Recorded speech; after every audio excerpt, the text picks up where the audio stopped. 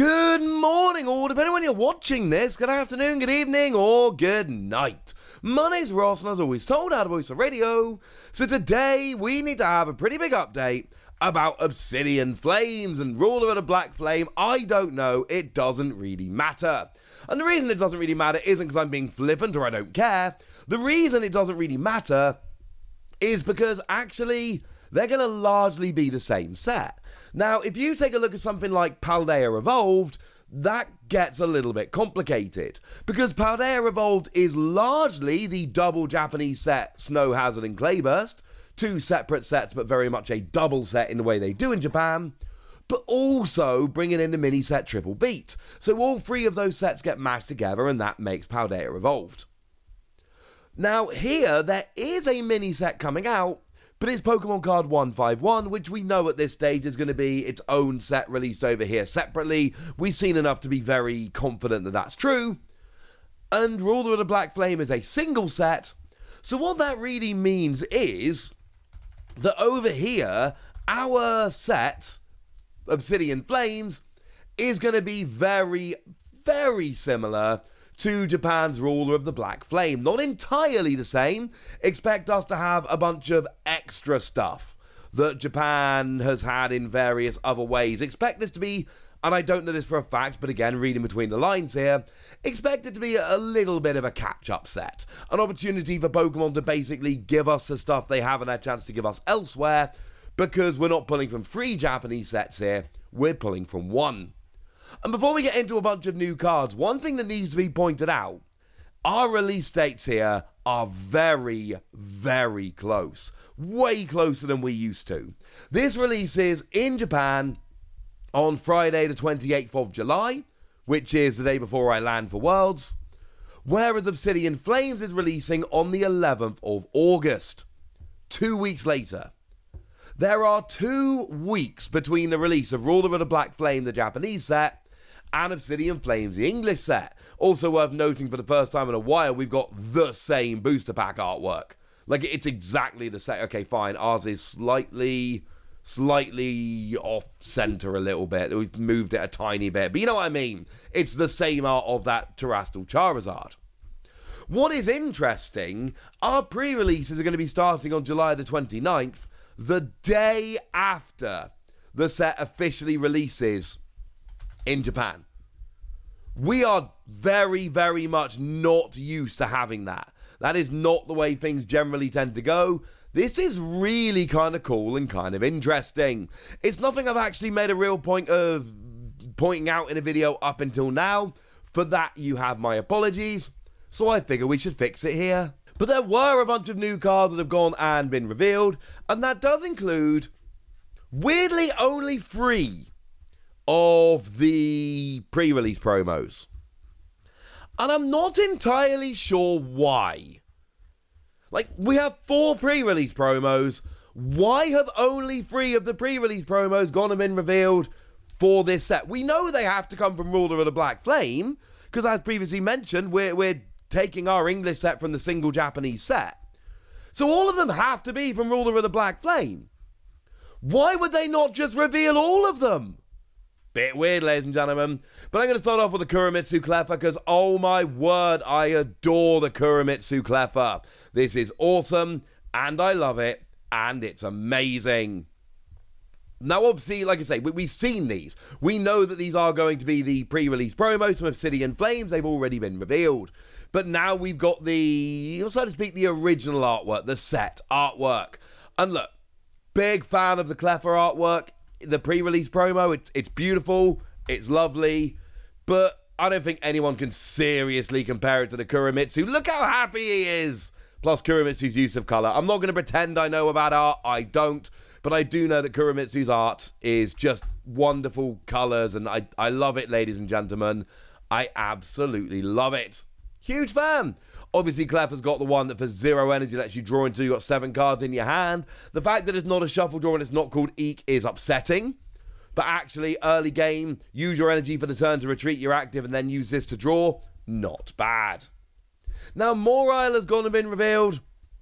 The artwork is So-So. Everybody loves So-So. That's lovely. And then, of course, you've got the ability Special Eater that lets you discard a special energy. It's fine. It's cool. Now, Palafin's gone and been revealed. 2 energy, 210, as long as it moved from the bench to the active this turn.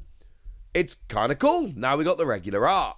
Now, when I previously did this in a video, I got called out by a couple of people for demanding that I want a single energy 210.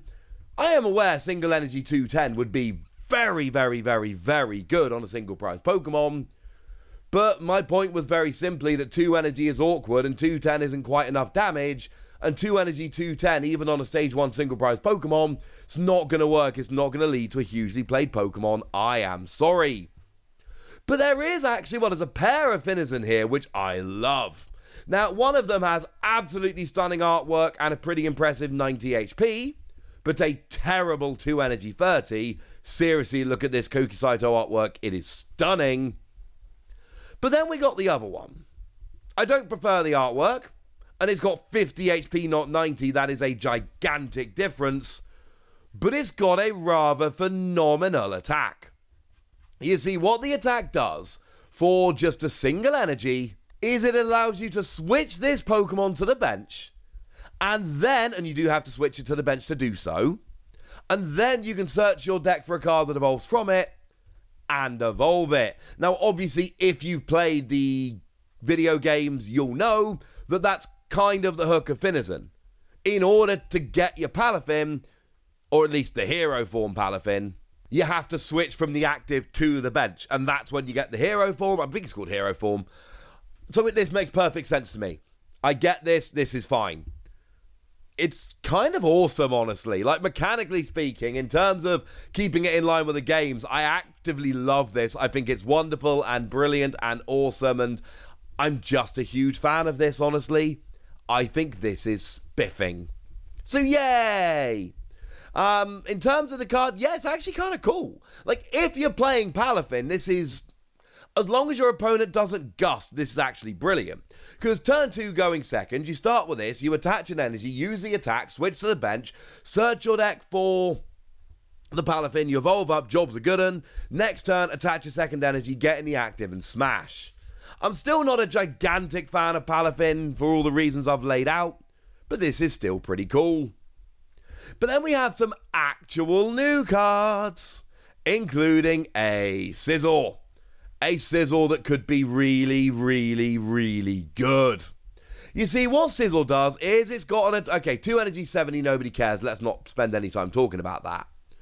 But what else it's got here is an attack for a single metal energy that does 10 damage plus 50 for each of your opponent's Pokemon that has an ability. Love it, ladies and gentlemen.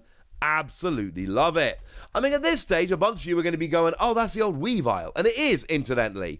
This is the Ultra Prism Weavile with Evil Admonition, which just did 50 times. Well, this does 10 plus 50 times. It's been years, and we've added 10 damage. Perfect? No, not by a long shot. But, you know, still kind of cool, ladies and gentlemen. It's still kind of cool.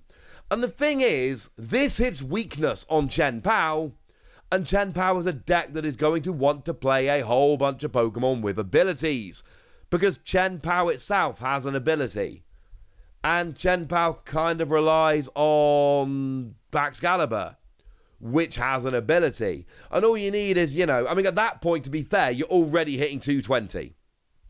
Like, with one Chen Pao and one Baxcalibur, you're already hitting 220 with weakness, which is enough to KO a Chen Pao, which is kind of awesome. And then, of course, your opponent may well have multiple Chen Pao, may well have multiple Baxcalibur, and if they don't, KO their only Baxcalibur, get rid of their energy acceleration, and that's kind of my point here. And then, of course, if they do play a bunch more abilities, then you can start hitting stuff that you're not hitting for weakness. You know, if they've got 4 Pokemon with abilities, you're hitting 210. But this is a single price, single energy Pokemon, which just wrecks Chen Pao. If you're playing a stage 1 counter deck, if you're playing something like Zoroark, I legitimately adore this. I'm not saying Zoroark decks are going to become amazing, although I really, really, really, really, really desperately want them to become amazing. for pretty obvious reasons. I'm a huge Stage 1 deck fan, have been going way back, and I got top 8 in the biggest tournament in Europe, and honestly should have won the whole thing if I wasn't an idiot, with the original Zoroark from Black and White. So yeah, this is exactly my kind of deck. And now again, Chen Pao will have other attackers other than Chen Pao that they'll be able to use, etc., etc. But in terms of just Chen Pao itself, you've got your answer. This is great, ladies and gentlemen. This is genuinely great. I'm going to go ahead and give this one 4 Wassies. I think it's awkward because it's a Stage 1, but single energy, KO on a very widely played Pokemon. Yeah. There's your answer, ladies and gentlemen. There's your answer. Now, we did get a new supporter card that has gone and been revealed. It is Poppy, who hopefully you will also remember from the games. And what we've got here is a supporter card that moves up to 2 energy from one of your Pokemon to another one of your Pokemon. And at this stage, I might be the only person left in the Pokemon community that fondly remembers Lucian's assignment. Because I loved Lucian's assignment. Best deck I ever made was my Speed Donphan Prime deck. Top Cut Nationals with it. Won a couple of smaller tournaments. Absolutely adored it. I played Lucian's assignment in that deck. Now, Lucian's assignment was move as many energy from one of your Pokemon to another as you like. This is specifically up to 2, although it does say energy, it does not say basic energy, so yes, it will allow you to move your special energy if you so wish. Now, I used Lucian's assignment back in the days of Regirock, the Regirock from Legends Awakened, because Regirock allowed you to discard 2 cards from your hand and attach a fighting energy from your discard pile to Regirock, but Regirock was kind of a garbage attacker. So I would use this, whenever I could throughout the game. Whenever I had an opportunity, I'd just use a sneaky Regirock if I had a couple of cards I didn't mind discarding. And then at some point during the game, I'd draw into my Lucian's assignment, and I would move the energy over to my Donphan, and then all of a sudden I'd have a fresh Donphan actually using the second attack, which is something that, generally speaking, Donphan decks didn't do. It's what made Lucian's and Regirock such a cool combo. And that's just an example of the kind of thing you can do with Poppy. I am not saying, just to be clear, I am not saying that this is going to be a staple in every deck. Not for a second.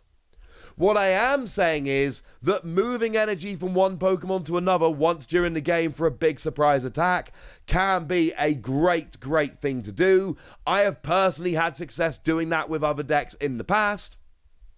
And this is something that's cool. I do not believe this is going to be a staple in every deck moving forward, but I absolutely do think that some decks are going to be able to take advantage of it. It allows you to bring surprise attacks out from nowhere. It's kind of awesome. I'm giving it between 3 and 4 Wassies. We don't give half Wassies. That would be barbaric. And with them out of the way, that just leaves us with a lovely item card to have a quick look at before we finish. We are, of course, talking about Encouragement Letter.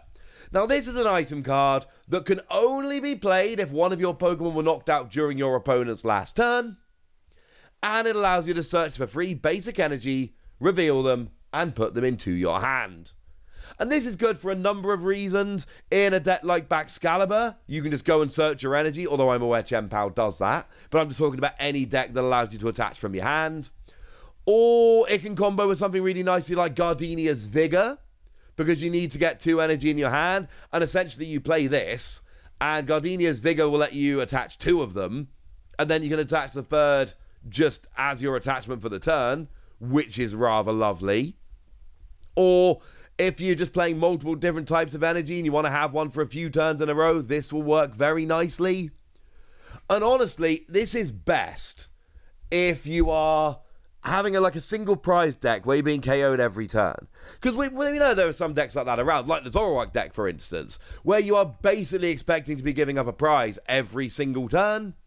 Well, if you do, this basically just becomes a search free. Like, Professor's Letter was a legitimately great card, and that searched out too. This goes and gets free, however, it is only where you had a Pokemon KO'd last turn. But in decks where you're expecting a Pokemon to be KO'd the previous turn, yeah, this'll work, ladies and gentlemen. This'll work. Right, I don't know, let's go give us, again, between 3 and 4 Wassies. We don't give half Wassies, that would be barbaric. We got some very nice new cards to be revealed here, and please don't sleep on the fact that we have ended up, and this is an anomaly really more than what we're going to see all the time going forward, but we have ended up in this awesome situation where we are getting this set 2 weeks after Japan, and our pre-releases are starting the day after Japan get this set, and that's kind of awesome.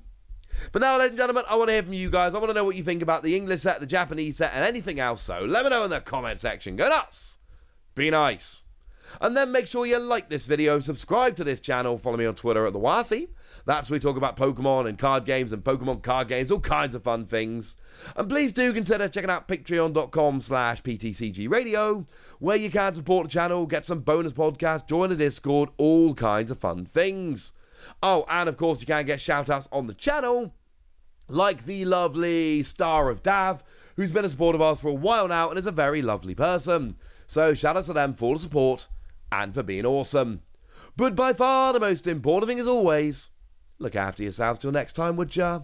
Thank you very much for watching. My name's Ross, and you've been watching PTCG Radio.